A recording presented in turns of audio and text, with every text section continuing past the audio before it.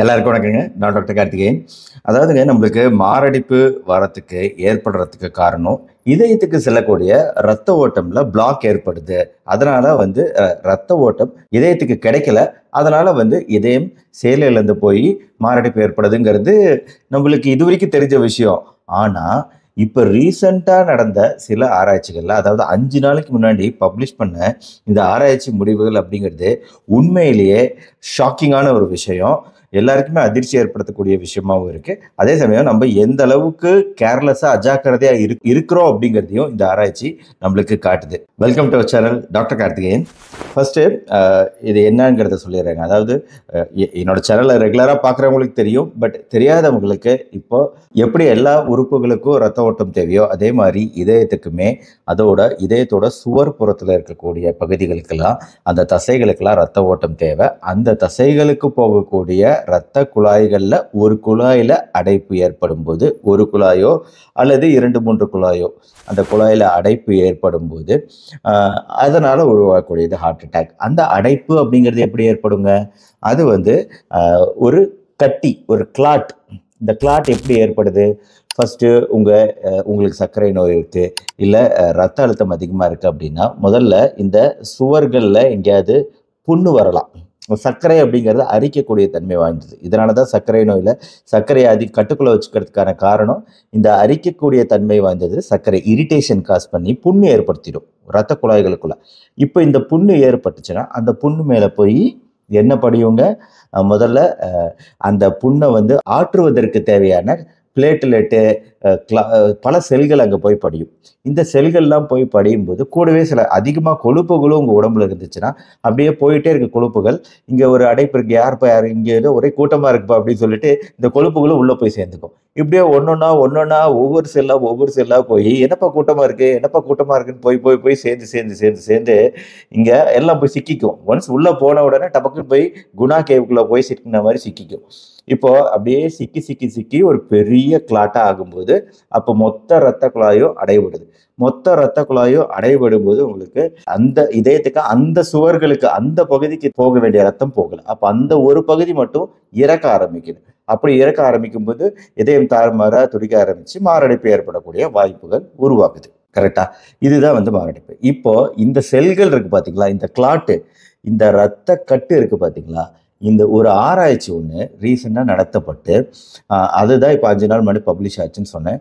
New England journal of மெடிசனில் publish ஆன இந்த ஆராய்ச்சியில் இந்த இரத்த கட்டுகள் இருக்குது பார்த்தீங்களா, இதை தனியாக எடுத்துருவாங்க. அதாவது ட்ரீட்மெண்ட்டு யாரெல்லாம் மாரடைப்பு அறிகுறிகளோடு வந்தாங்களோ அவங்களுக்கெல்லாம் டெஸ்ட் பண்ணி பார்க்கும்போது அவங்க இதயத்தில் அடைப்பு இருக்கிறத கண்டுபிடிச்ச பின்னாடி அந்த அடைப்பை எடுக்கிறது கரோட்டிட் எண்ட் ஆர்ட்ரக்டமி அப்படிங்கிற முறையில் அந்த கடைசி இரத்த குழாய்களில் அடைப்பு இருக்கும். அதனால் அந்த ஒரு பகுதியை மட்டும் எடுத்துருவாங்க. இப்போ அந்த மாதிரி எண்ட் ஆர்ட்ரக்டமி பண்ணி அந்த கட்டிகள் இருக்குது பார்த்தீங்களா, அடைப்பு ஏற்படுத்தின அந்த கட்டிகளை வெளியே எடுத்துடுறாங்க. அந்த கட்டிகளில் என்ன இருக்குன்னு செய்யப்பட்ட ஆராய்ச்சி தான் இந்த 5 நாளுக்கு முன்னாடி பப்ளிஷ் ஆன ஆராய்ச்சி. இப்போ ரிசர்ச்சர்ஸ் என்ன பண்ணுறாங்கன்னா, அந்த கட்டியை எடுத்து எலக்ட்ரான் மைக்ரோஸ்கோப்பி வச்சு ஆராய்ச்சி பண்ணுறாங்க. எலக்ட்ரான் மைக்ரோஸ்கோப்பி அப்படிங்கிறது இப்போ 1 மில்லிமீட்டர்னா இவ்வளோ இருக்குல்ல, இந்த 1,00,000ல் 1 மில்லிமீட்டர்னா அப்போ எவ்வளோ சில்லியோன்னு இருக்கும்.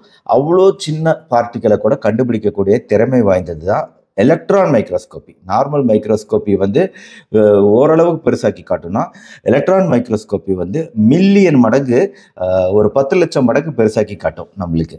அப்படிங்கும்போது அதன் வழியாக பார்க்கும்போது ஆராய்ச்சியாளர்கள் ஒரு அதிர்ச்சிகரமான விஷயத்த கண்டுபிடிக்கிறாங்க. அதாவது நம்ம என்ன எதிர்பார்க்குறோம், உள்ளார பிளேட்லெட் கட்டிகள் இருக்கும், மேக்ரோஃபேஜ்னு சில செல்கள் இருக்கும், கொழுப்புகள்லாம் நம்மளால் பார்க்க முடியும், டீப்ரைஸு, வீணான திசுக்கள், செல்கள் எல்லாமே பார்க்க முடியும். ஓகே, இதெல்லாம் அந்த கிளாட்டில் இருக்கும்னு நினச்சி தான் நம்ம பார்க்குறோம். அப்போ ரஃப் ஜாக்டு எட்ஜஸ் உள்ள, அதாவது மேக்ரோஃபேஜ் அப்படிங்கிற செல்லுக்குள்ள வெளியே ஒரு கூரான முனைகள் உடைய இர்ரெகுலரான சரியான வடிவம் இல்லாத பல துகள்களை பார்க்குறாங்க. இந்த சின்ன துகள்கள் என்ன தெரியுங்களா? இந்த சின்ன துகள்கள் குறித்து தான் இந்த ஆராய்ச்சியே நடத்தப்பட்டது. ஆக்சுவலாக இந்த ஆராய்ச்சியில் மொத்தம் எத்தனை பேர் இந்த மாதிரி பார்ட்டிசிபேட் பண்ணாங்கன்னா 304 பேர்னு சொன்னேன். இந்த 304 பேரில் 257 பேருக்கு கன்ஃபார்மாக நல்லா பார்க்க முடிஞ்சுது அந்த கிளாட்டை. அந்த 257 பேர்ல 150 பேருக்கு, அதாவது 60% பேருக்கு அந்த குட்டி குட்டி ஷார்ப்பா இருக்கக்கூடிய சின்ன சின்ன துகள்களை பார்க்க முடிஞ்சு. அதாவது 60% பேஷண்ட்ல பார்க்க முடிஞ்சு. ஸோ அந்த 60% பேஷண்ட்ல பார்த்தா அந்த சின்ன சின்ன துகள்கள் என்னன்னு கேட்டிங்கன்னா வேற ஒன்றும் கிடையாது, பிளாஸ்டிக், பாலிஎத்திலீன். அதாவது பிளாஸ்டிக்னா இதுதானே சார், இவ்வளோ பெரிய பிளாஸ்டிக், இந்த மாதிரி பிளாஸ்டிக் எப்படி அங்கே போச்சு? இது நார்மல் பிளாஸ்டிக்ல அங்கே பார்த்தது மைக்ரோ பிளாஸ்டிக்ஸ், நானோ பிளாஸ்டிக்ஸ், அதாவது குட்டி குட்டி பிளாஸ்டிக் துகள்கள். இன்னைக்கு உலகம் முழுக்க இது வந்து இப்போ எல்லா இடத்துலையும் வந்து இந்த பிளாஸ்டிக் நம்ம போடுறதுனால, கடல்ல போடுறதுனால அதை வந்து கடல்வாழ் உயிரினங்களை பாதிக்குது அப்படிங்கிற வரைக்கும் தான் நம்ம இது வரைக்கும் பார்த்தோம். ப்ளஸ் பிளாஸ்டிக் அவ்வளோ சீக்கிரம் மக்காது, மக்கக்கூடிய தன்மை குறைவு, அதனால இதை குறைக்கிறோம் அப்படின்லாம் நம்ம பேசிக்கிட்டு இருக்கோம். ஆனால் இன்னைக்கு இந்த மைக்ரோ பிளாஸ்டிக்ஸ் அப்படிங்கிறது நம்ம சுற்றுப்புற சூழல்ல இருந்து நம்ம உடம்புக்குள்ள வர ஆரம்பிச்சிருச்சு அப்படிங்கிறது தான் இது காட்டுது. அதாவது வாட்சு பிளாஸ்டிக், இந்த பட்டனு பிளாஸ்டிக்கு, குடிக்கிற தண்ணி பிளாஸ்டிக் பாட்டிலு. அதாவது இந்த 60% பேர்ல பார்த்தது என்னன்னா பாலிஎத்திலீன். இந்த பாலிஎத்திலீன் அப்படிங்கிறது எதில் அதிகமாக இருக்கும் அப்படின்னு கேட்டிங்கன்னா, பாலிஎத்திலீன் வந்து இதை இப்போ டப்பர் வேர் பாட்டில் எடுத்துக்கிங்களேன். இந்த டப்பர் வேர் வந்து சேஃபான பிளாஸ்டிக்கில் உபயோகப்படுத்தி உருவாக்குறதுன்னு சொல்கிறோம். அந்த சேஃபான பிளாஸ்டிக்கில் இருக்கக்கூடியது, இதில் இருக்கக்கூடியது பாலிஎத்திலீன். இன்னொரு 39 பேர், அதாவது 12% பேர்ல பிவிசியும் பார்க்குறாங்க. பாலிஎத்திலீன்ல இது பாலிவினைல் குளோரைடு, பிவிசி ஆக்சுவலாக ஒன் டைம் யூஸ். இந்த மாதிரி பாட்டில்களில், டப்பர்வேர் இல்லாத பாட்டில்களில் பிவிசி இருக்கும். நம்ம யூஸ் அண்ட் த்ரோ பாட்டில் இருக்குது பார்த்தீங்களா, அதில் பிவிசி தான் அதிகமாக இருக்கும். ஃபுல்லாக பிவிசி. அதனால தான் ஒரு வாட்டி யூஸ் பண்ணால் த்ரோ பண்ணிடணுங்கிறோம். ஆனால் பிவிசி கொஞ்சம் டேஞ்சரஸ் அப்படிங்கிறதுனால. ஸோ மொத்தத்தில் நம்மளை சுற்றி எல்லா இடத்துலையும் பிளாஸ்டிக்குங்கிறது இன்னைக்கு நீக்கமர நிறைஞ்சிருக்கு. அதில் இந்த பிளாஸ்டிக்குகள் எந்த அளவுக்கு இப்போ வந்திருக்கு அப்படின்னா, நம்ம உடம்புக்குள்ளே நுழைஞ்சி நம்ம ரத்த குழாயில் ஏற்பட்ட அடைப்பில் ஒரு காம்பனண்ட்டாக இருக்கக்கூடியது மைக்ரோ பிளாஸ்டிக்ஸு, நானோ பிளாஸ்டிக்ஸு அப்படிங்கிறது தான் இந்த ஆராய்ச்சியில் பப்ளிஷ் பண்ணப்பட்ட முடிவுகள். அதாவது இந்த ஆராய்ச்சி அது மட்டும் இல்லை, அவங்க எவ்வளோ பிளாஸ்டிக் இருக்குது அப்படிங்கிறத மட்டும் பார்க்காம, இந்த பிளாஸ்டிக் ரத்தக்கட்டில் இருக்கிறவங்களில் எத்தனை சதவிகிதம் பிரச்சனைகள், இதய சம்பந்தமான பிரச்சனைகள் வரும்னு பார்க்கும்போது 4 to 5 மடங்கு மாரடைப்பு, பக்கவாதம் போன்ற விஷயங்கள் ஏற்படக்கூடிய வாய்ப்புகள் அதிகமாகுது பிளாஸ்டிக் இல்லாதவங்க உடம்பை விட. ஆனால் இதில் முக்கியமான விஷயம் என்னன்னா, 60% பேரில் பிளாஸ்டிக் இருக்கு, 40% பேரோட கிளாட்ல பிளாஸ்டிக் இல்லை. நம்ம எல்லா இடத்துலையும் பிளாஸ்டிக் இருக்குன்னு சொல்கிறோம், அது எப்படி 40% பேரில் பிளாஸ்டிக் இல்லை? எனக்கு கொஞ்சம் டவுட்டாக தான் இருக்குது. சரி, இந்த பிளாஸ்டிக்ஸ் வந்து இந்த அளவுக்கு இருக்கிறதுனால இது வந்து பிளாஸ்டிக் உடம்புல இருக்கிறவங்கள அதிகமான பிரச்சனைகளை ஏற்படுத்துறத இந்த ஆராய்ச்சிகள் சொல்லுது. அதே சமயம் இது முடிவுகள் கிடையாது. ஒரு விஷயத்தை ஞாபகம் வச்சுக்கணும், இந்த ஆராய்ச்சி வந்து கன்க்ளூசிவா ப்ரூவ் பண்ணல பிளாஸ்டிக், மைக்ரோ பிளாஸ்டிக், நானோ பிளாஸ்டிக் இதனால தான் வந்து இதயத்துல அடைப்பு ஏற்பட்டுச்சு அப்படிங்கிறது இந்த ஆராய்ச்சி ப்ரூவ் பண்ண கிடையாது. ஏன் ப்ரூவ் பண்ண, அவங்களே இதை சொல்லியிருக்காங்க. ஏன் சொல்றாங்கன்னா, ரத்த குழாயில் அடைப்பு ஏற்படுறதுக்கு, அந்த ரத்த கட்டுகள் ஏற்படுறதுக்கு நல்ல உணவுகள் சாப்பிடாம ஃபுல்லாக கொழுப்புகள் நிறைந்த, கெட்ட கொழுப்புகள் நிறைந்த விஷயங்களை நிறைய சாப்பிட்றோம். உடல் உழைப்பே கிடையாது, ஃபிசிக்கல் இன்ஆக்டிவிட்டி, சுத்தமாக எந்த எக்ஸசைஸும் பண்ண கிடையாது. ஒபிசிட்டி, உடல் இதனால் ரொம்ப குண்டாக இருக்கிறீங்க, புகைப்பிடிச்சிக்கிட்டு இருக்கிறீங்க, அடிக்கடி மது குடிக்கிற பழக்கம் உள்ளவராக இருக்கிறீங்க, உங்கள் வேலையில் ஸ்ட்ரெஸ்ஸு, வேலைப்பளு, ஸ்ட்ரெஸ்ஸு இதனால் மன அழுத்தம் அதிகமாக இருக்குது, உங்களுக்கு சர்க்கரை நோய் இருக்கா இல்லையா, ரத்த அழுத்தம் அதிகமாக இருக்கா இல்லையா, அப்படியே அடிக்கிட்டே போகலாம். அதாவது இந்த 8-10 ஃபேக்டர் இது வரைக்கும் நான் சொன்ன எல்லாமே ரத்தக்கட்டை ஏற்படுத்தக்கூடிய விஷயங்கள். இப்போ ஒரு ஆராய்ச்சி அப்படின்னு பண்ணும்போது எல்லா விஷயத்தையும் எடுத்து தான் பண்ணணும். அதுதான் ஒரு ஆராய்ச்சியோட ஒண்டர். ஞாபகம் வச்சுக்கோங்க. ஏன் ஆராய்ச்சின்னு திருப்பி சொல்லிட்டு இருக்கிறேன்னா, இந்த மாதிரி ஆராய்ச்சிகள் பண்ணும்போது என்ன பண்ணுவாங்கன்னா, 2 பக்கமும் கம்பேர் பண்ணக்கூடிய குரூப் ஈக்குவலா இருக்கா அப்படின்னு பார்ப்பாங்க. அது ரொம்ப முக்கியமான ஃபேக்டர். இப்போ ஒரு பக்கம் புகைப்பிடிக்கிறவங்க இருக்கிறாங்கன்னா, இன்னொரு பக்கமும் புகைப்பிடிக்கிறவங்க தான் இருக்கணும். ஒரு பக்கம் ஆல்கஹால் குடிக்காதவங்க இருக்காங்கன்னா, இன்னொரு பக்கமும் ஆல்கஹால் குடிக்காதவங்களா இருக்கணும். அப்பதான் கம்பேர் பண்ண முடியும். இப்போ இந்த ஸ்டடியில ஆராய்ச்சியாளர்களே சொல்லிட்டாங்க, நாங்க 300 பேர் எடுத்தோம், அதில் 250 பேர் டேட்டா கலெக்ட் பண்ண முடிஞ்சிச்சு. இருந்தாலுமே எங்களால் மற்ற விஷயங்களை மெஷர் பண்ண முடியல. நான் சொன்ன சர்க்கரை, ரத்த அழுத்தம், உடல் உழைப்பு, உடற்பயிற்சிகள், ஸ்ட்ரெஸ் அளவுகள், ஸ்மோக்கிங், ஆல்கஹால் இது எல்லாத்தையுமே எங்களால் கம்பேர் பண்ண முடியல. அதனால் ப்ரூவ் பண்ண முடியல பிளாஸ்டிக் தான் இதுக்கு காரணம் அப்படிங்கிறத ப்ரூவ் பண்ண முடியல.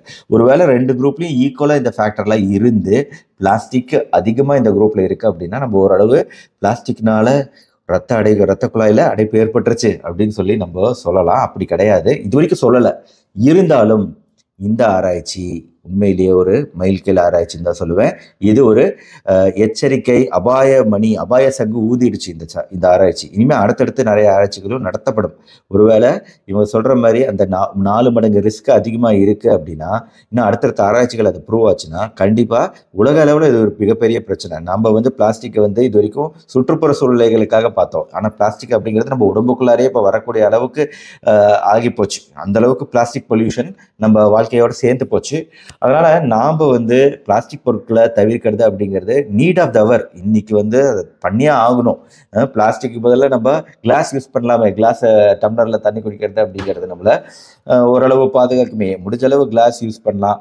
முடிஞ்சளவு நம்ம வாழ்க்கையில் இந்த பிளாஸ்டிக்ல இருந்து தள்ளி இருக்கிறது. முக்கியமாக நம்மளோட ஹேபிட் பாருங்கள். சாப்பிட்ற தட்டு, பிளாஸ்டிக் தட்டு நிறைய யூஸ் பண்ணுறோம். அது எந்த தட்டாக இருந்தாலும் பரவாயில்ல, பிளாஸ்டிக் தட்டு நிறைய யூஸ் பண்ணுறோம். குழந்தைங்களுக்கு கொடுக்கக்கூடிய உணவு இருக்குது பார்த்தீங்களா, டிஃபன் பாக்ஸு, அது பிளாஸ்டிக் டிஃபன் பாக்ஸாக தான் இருக்குது பெரும்பாலும். ஸ்டெயின்லெஸ் ஸ்டீல் பாக்ஸ் யூஸ் பண்ணணும். யூஸ் அண்ட் த்ரோ பேப்பர் இதில் தானே எல்லாத்தையும் இட்லி, சாம்பாரும் சட்னியும் 2 சின்ன சின்ன பிளாஸ்டிக் கவரில் கட்டி தந்துடுவாங்க. ஆக எப்படி சொல்லிக்கிட்டே போகலாங்க. ஆனால் ரீசெண்டாக தமிழ்நாடு கவர்மெண்ட் அந்த பிளாஸ்டிக் தடை எல்லாம் போட்டாலுமே அது சின்ன சின்ன விஷயங்கள், சின்ன சின்ன கடைகளில் தான் அது அந்த பிளாஸ்டிக் கவர் கொண்டு போகக்கூடாதுங்கிற அளவுக்கு வந்துச்சே தவிர, பெரிய பெரிய கம்பெனிகளோட பெரிய பெரிய ப்ராடக்ட்லாம் அப்படியே பிளாஸ்டிக்கில் தான் வருது. அதுக்குரிய தெளிவான வழிகாட்டுதல் இல்லாமல் தான் அது உணவு பண்டங்களே அந்த மாதிரி வர்றது நம்ம பார்க்க முடியுது.